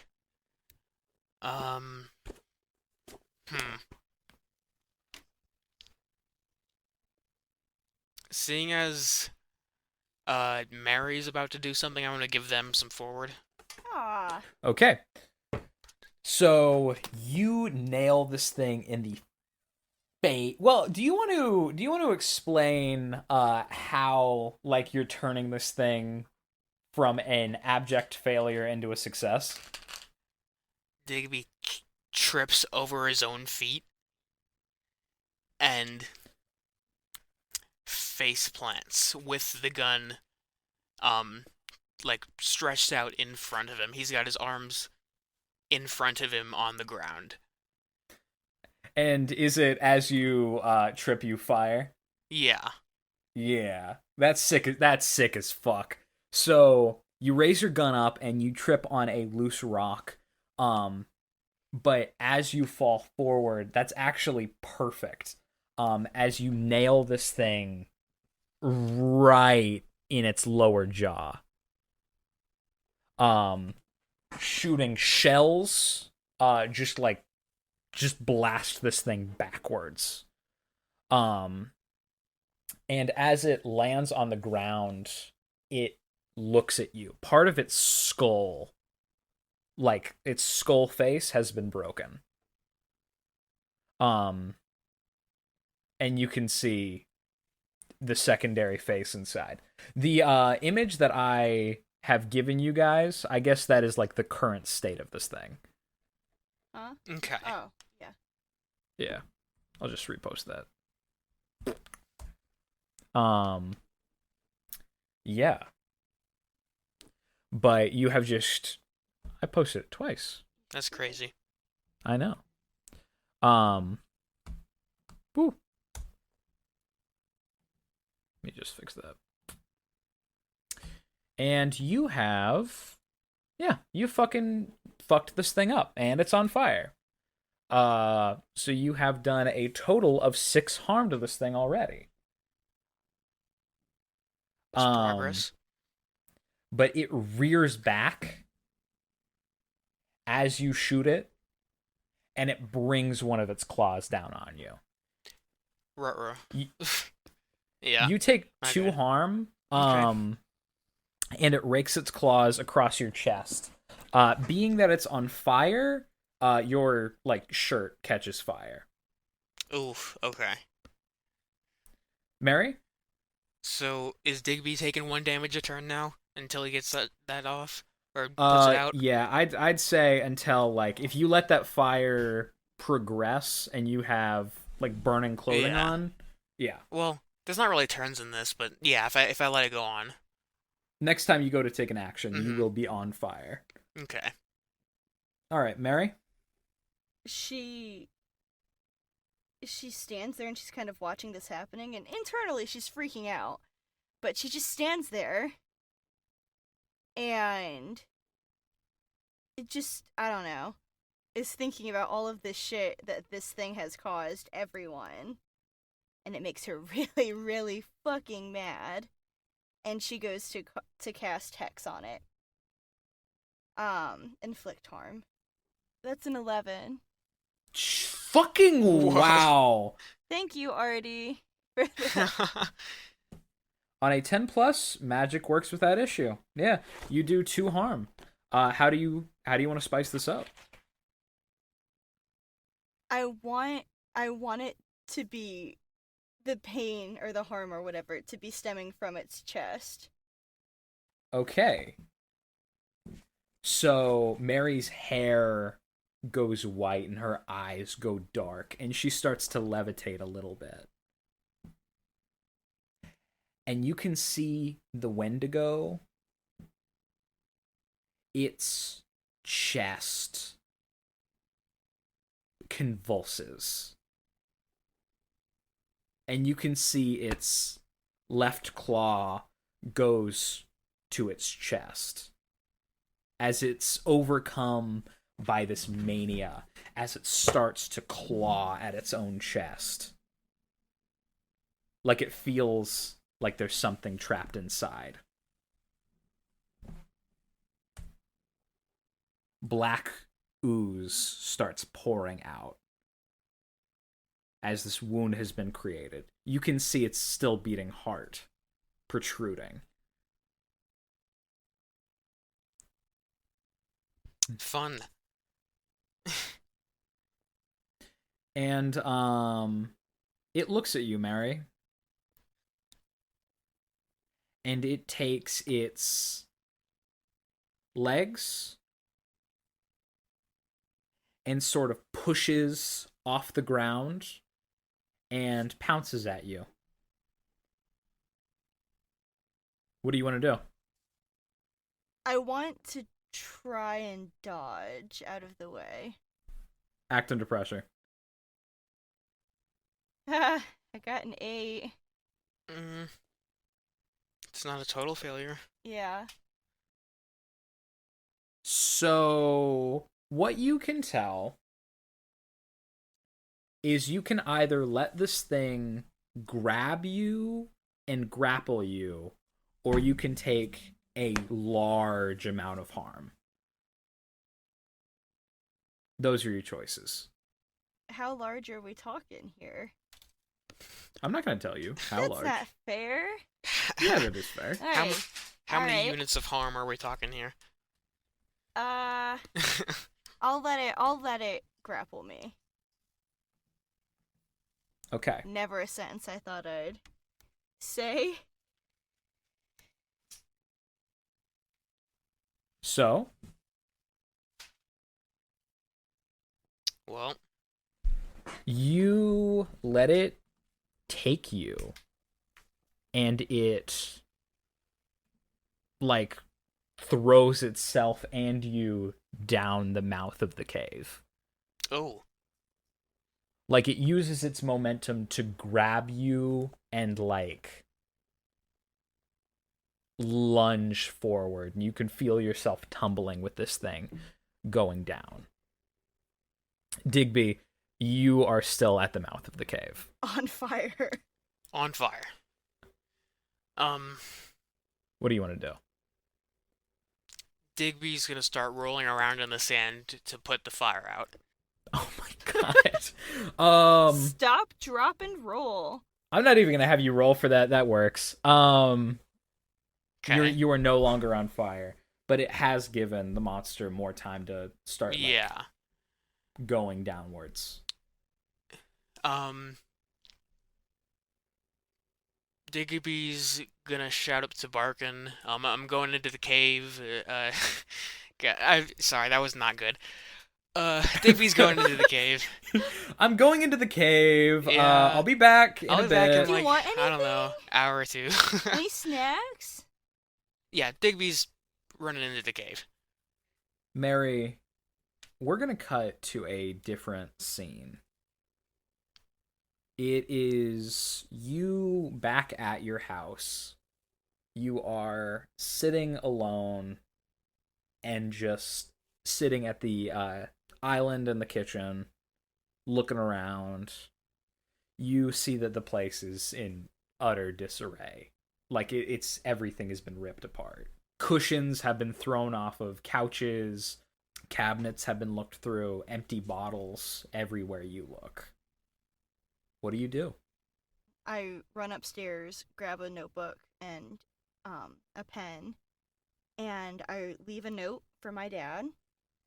And I grab a couple pictures of the two of us and just shove them in my pocket for good luck. Dear Dad, I don't know what's been going on these past few days. I don't know what's been happening in town, and if I'm being honest, I'm so scared. I've seen things you couldn't imagine, hearing things I don't understand. I thought things were great between us, but evidently they aren't. All I want to do is stay home. All I want to do is wait for you to get back and work on my shitty math homework with you. But I can't do that. I love you too much to stay and let the world break down around us. There's something wrong with me, but maybe I can do something right for once. I love you, Dad. I'll be back in the morning and we can figure this out together. P.S. Miss Matthews, if you're seeing this, I'm so sorry. As your pen is lit up from the paper, and you leave the house. And we cut back to you and this Wendigo tumbling through. You, like, it's a dark, dark cavern. But again, this thing is on fire, so it's illuminated slightly. This thing doesn't have you, like, held to its chest, but you are tumbling along with it as you both end up at the bottom of this cave. You and it. It's this massive clearing, and you can see a bit of moonlight shining in from the top. A little pinhole.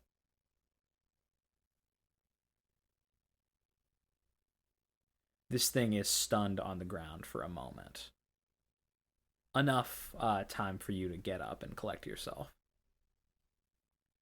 Once I get up and maybe get a few feet away from it, can I try to use the sight on it? Yeah. Is that something... Would I be able to talk with it, do you think? I don't think you would be able to talk with it, but you can use the sight on it if you'd like. I may communicate with... So does it not count as a spirit or magical influence? I guess not. I'll tell you what happens. Okay. Cool.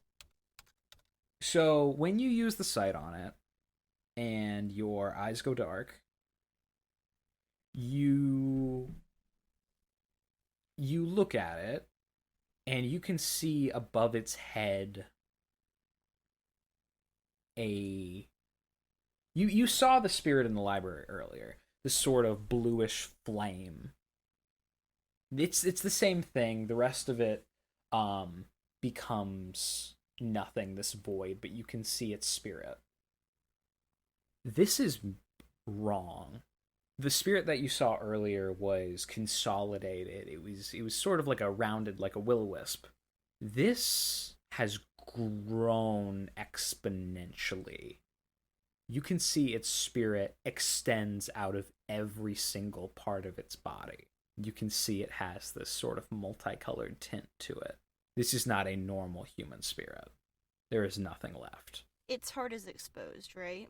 Yes. I want to take out the gun that Barkin gave and aim for the heart. If I can still keep going. When you deactivate the sight, it is standing. You take out the gun, you look it in the eye. It's a matter of who gets to who first. Kick some ass. Ah, fuck. Oof. Uh-oh.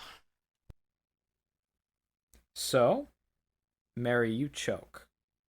You know in your mind every single thing, every single reassurance. You know there's nothing left of her in there.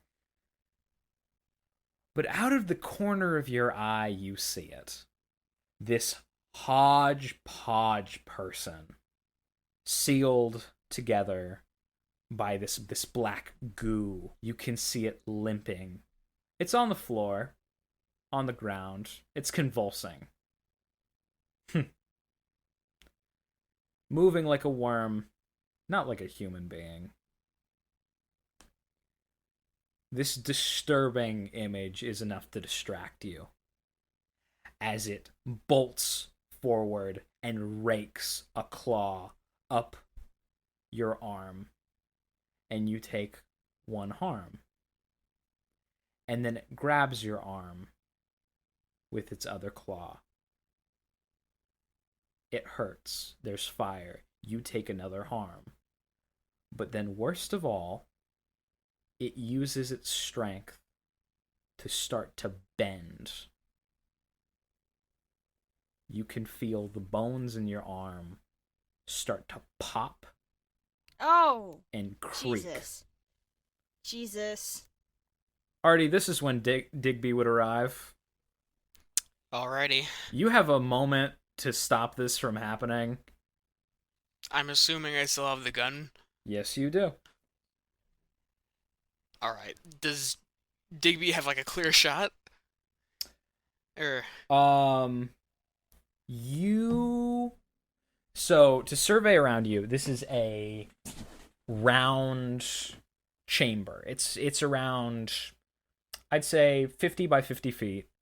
They are on the further end of this chamber. Looking around you, you can see this monster, sort of Frankenstein being to your left, sort of just convulsing on the ground. But no, you do not have a clear shot with the shotgun. I'll tell you, a mixed success would not hit this thing. It would need to be a full success. Digby's gonna start running towards it and pull out his dagger that he has. I guess he'll try to stab it so it'll let go of Mary. I think that's the game plan. Roll act under pressure to see how fast you get there. Okay, alright. Oh, damn it, my damn it, lord. damn it, damn it, damn it. Oh, man. That sucks. Mark and experience. I think I might just be using up all my luck here. Oh, no. no. Already don't do it. Oh, Already don't God. Do it. Already don't do it. No, I mean, no, I have have like plan. several don't spaces do it, left. Don't do it. I have a plan. Really? I mean, if you want to, it's your character. I have 4 spaces to like burn. Alright, I'm gonna check off a luck space. Oh my god. Arthur. Change that roll. Okay. Oh my god, oh my god, oh my god, oh my god. The function of what you have just done is gotten close to it. So now you have a clear opportunity to kick some ass.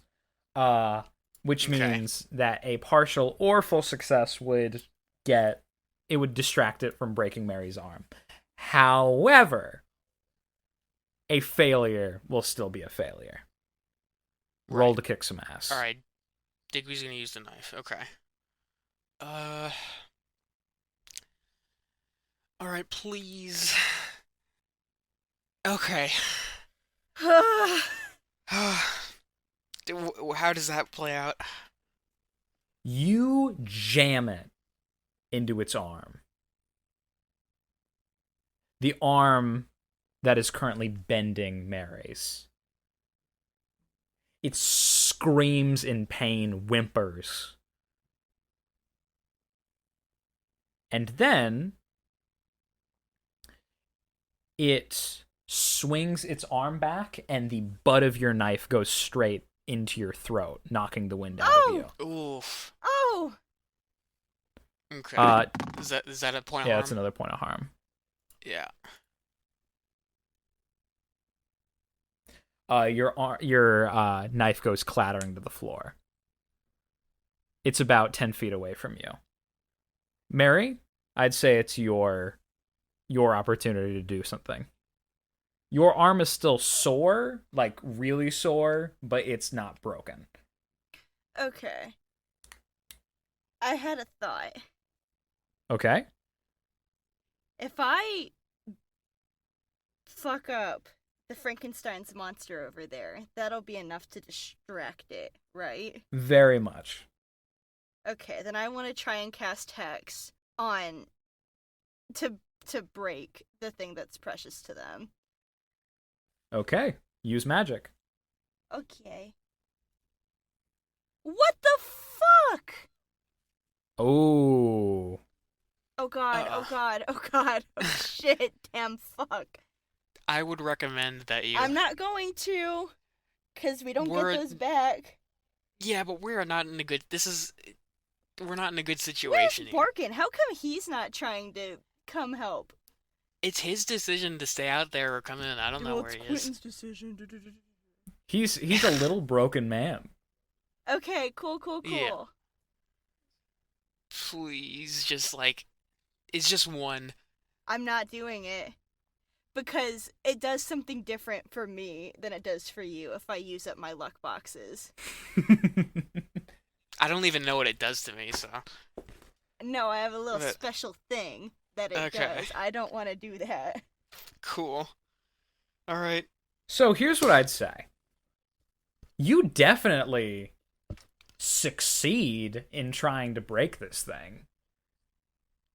Except you tear it in half. Straight down the middle.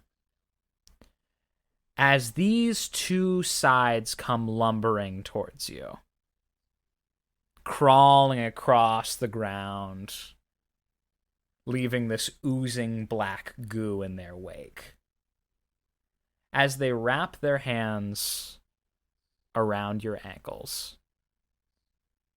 The monster or the wendigo? The monster. Ah. This goo sort of congealing on the floor. You can feel it eroding through your, shoes. They start to melt. Oh, shit. Mary, I told you not to fuck up. It's not my fucking fault. Goodbye, Mary. Jesus! Artie?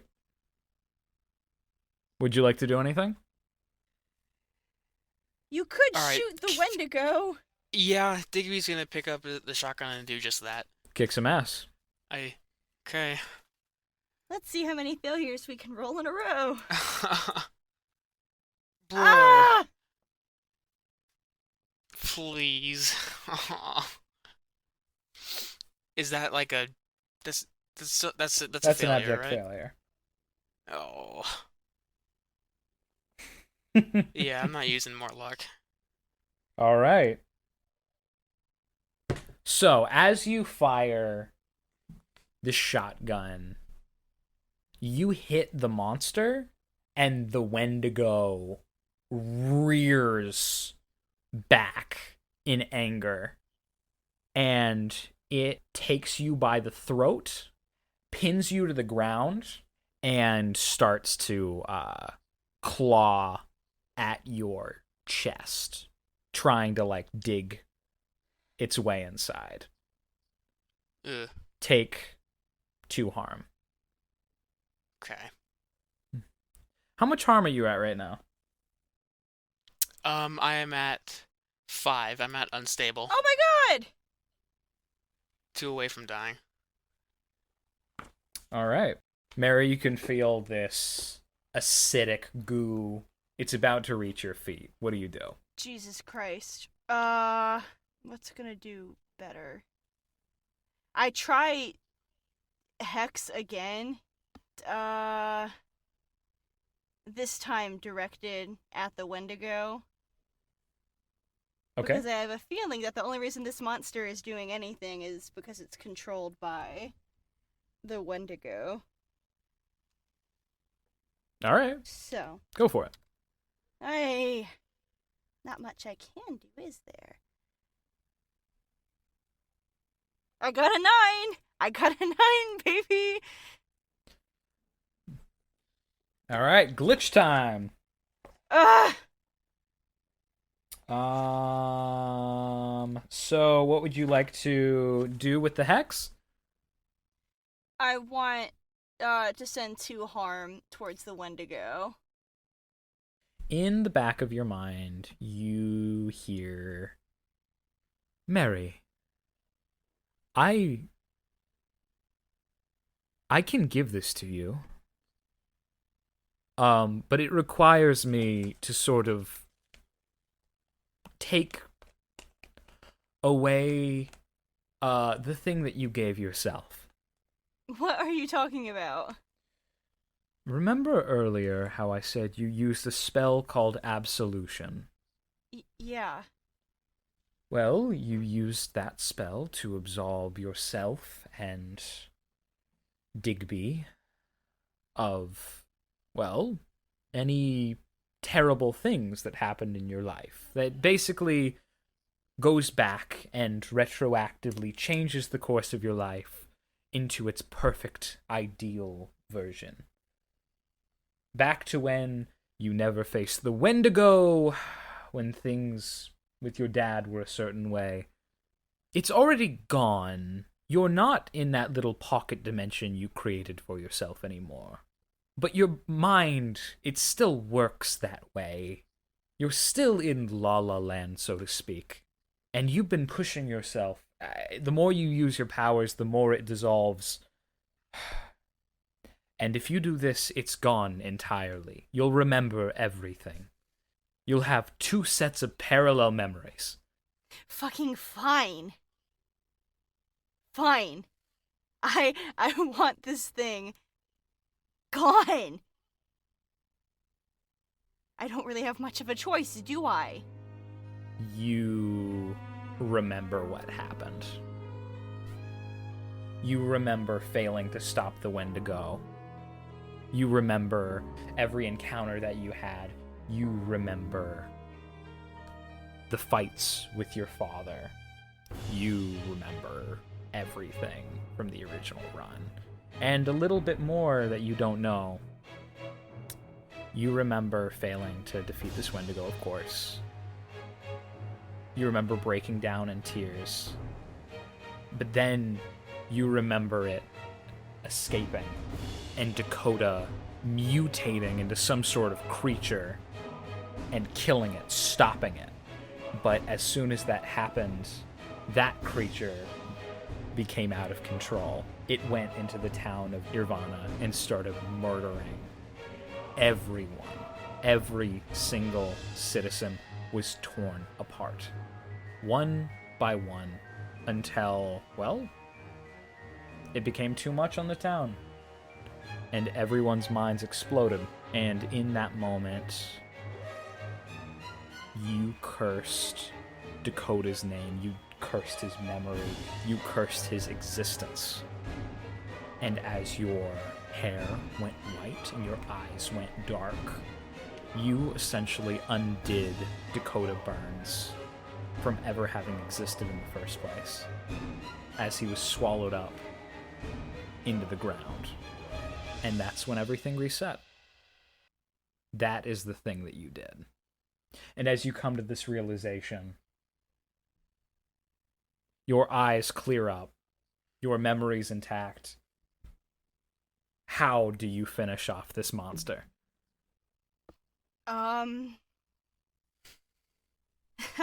The only thing I can think of is a very Stranger Things moment.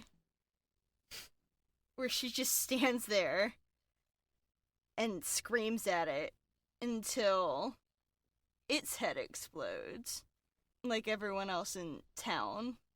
You see it look at you, black liquid running down its eyes as it touches a claw to it and sort of looks at its own hand as the goo overtakes it. It's now streaming out of its eye sockets. The eyeballs aren't even present anymore. They probably oozed out long ago. Where its ears are supposed to be, ooze similarly gushes out.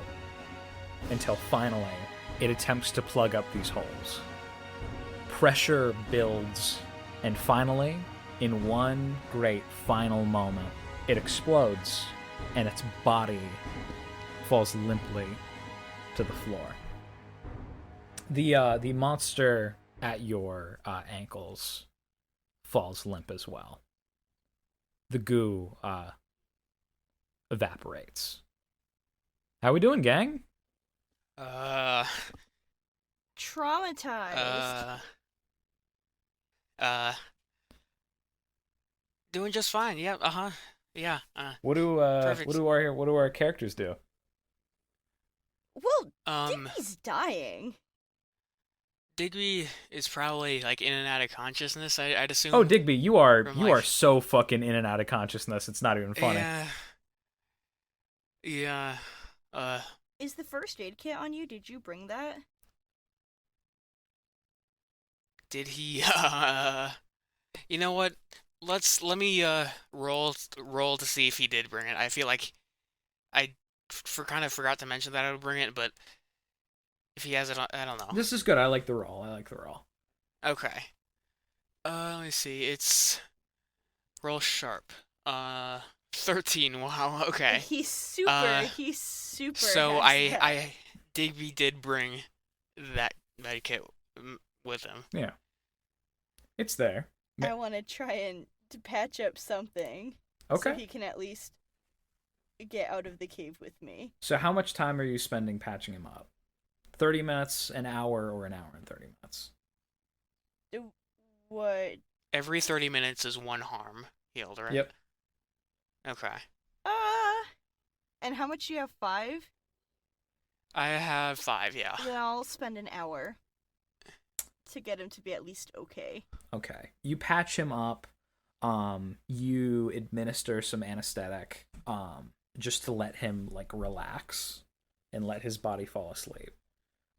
As you patch up most of his wounds, you apply some gauze to his cuts and bruises, and then the bigger issue with the chest, you were able to wrap that up as well. Pretty good, but you can still see he's beat up. This man's gonna need some bed rest. Yeah. And how much harm did you take? 3. Yeah, you're also feeling pretty bad. Not unstable. Not unstable, but like your arm. She's not worried about that right now. That fair enough. I guess the adrenaline is kind of like carrying you through it. There will be That's time to kind worry of what I about your thought. wounds later. Yeah. Yeah. No, that's good. That's a good choice. So an hour later, Digby, you wake up inside of this cave. Mary?